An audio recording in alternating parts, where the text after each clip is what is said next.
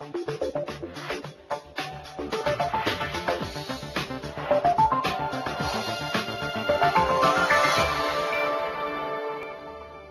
to India Business Report. I'm Somany. We're taking a train trip from the Indian political capital Delhi to the Indian financial capital of Mumbai to find out what businesses and working people want from their country's elections. Here's what's coming up on this week's program. We go 1,500 kilometers cross-country, visiting 4 cities, dozens of homes and workplaces. And for many people in India, this vote is about just one thing: the search for prosperity. The economy is the biggest issue in this election, but manufacturers that help drive growth are being hampered by poor roads and erratic power supply. I'll be reporting from Delhi on how these problems are giving both workers and companies a massive headache.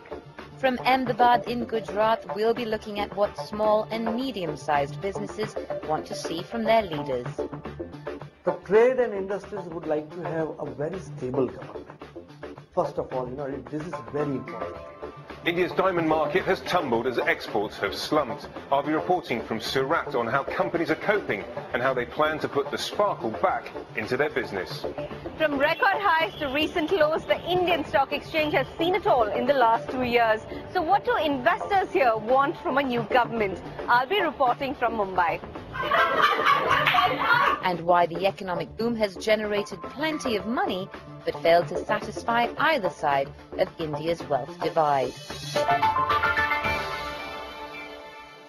Our journey begins here in Delhi, where the main topic of conversation is who will be in power in June. Whichever party takes the top prize, it will have to deal with a deepening economic crisis in India. India's voters are heading to the polls at a time when they're worried about their jobs and the price of food. Corporate India is also concerned. Nobody's buying their goods.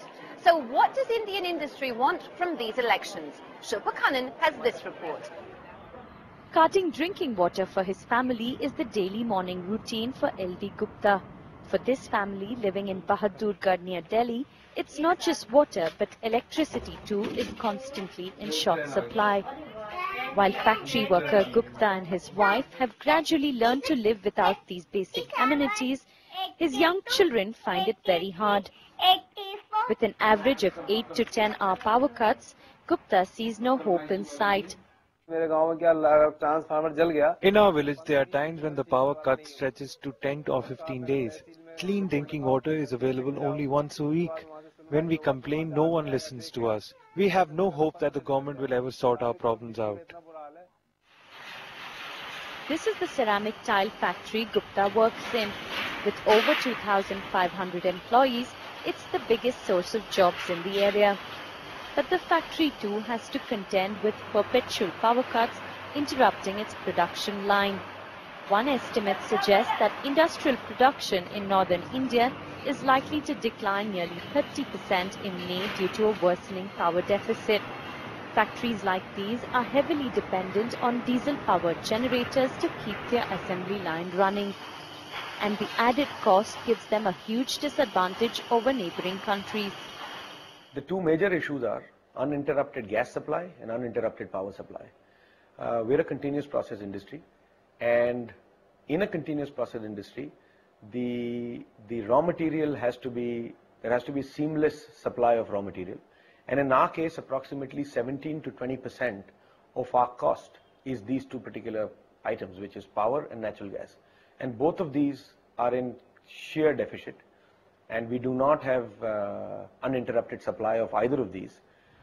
The global economic slowdown, along with a weaker demand and a domestic credit squeeze, has had a severe impact on the manufacturing sector here.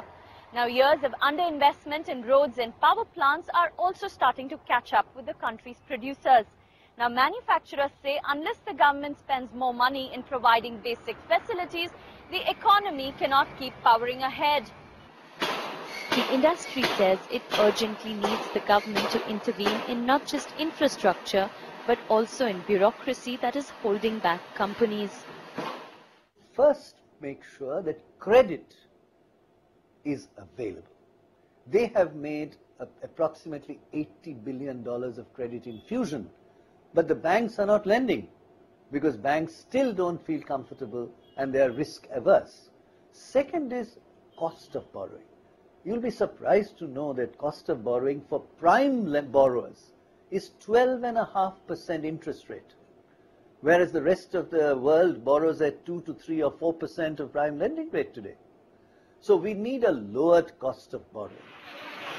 Gupta and other workers put in long hours to ensure their products are packed off to world markets.